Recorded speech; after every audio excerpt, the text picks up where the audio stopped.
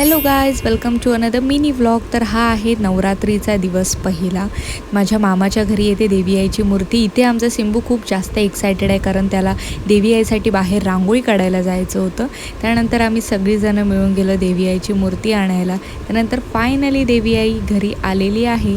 त्यानंतर तिची स्थापना वगैरे करून माझ्या मामाने तिचं शृंगार करायला सुरुवात केली, जिथे की आमचा सिम्बा फार एक्सायटेड होऊन सगळं चेक करत होता की शृंगार व्यवस्थित तर होतो आहे ना, आईला सगळं आवडतं आहे ना, कारण तो तिचा मोस्ट क्यूटसी आणि पर्सनल फेवरेट भक्त आहे. इथे आमच्या देवी आईचा शृंगार होऊन ती अतिशयच सुंदर दिसते.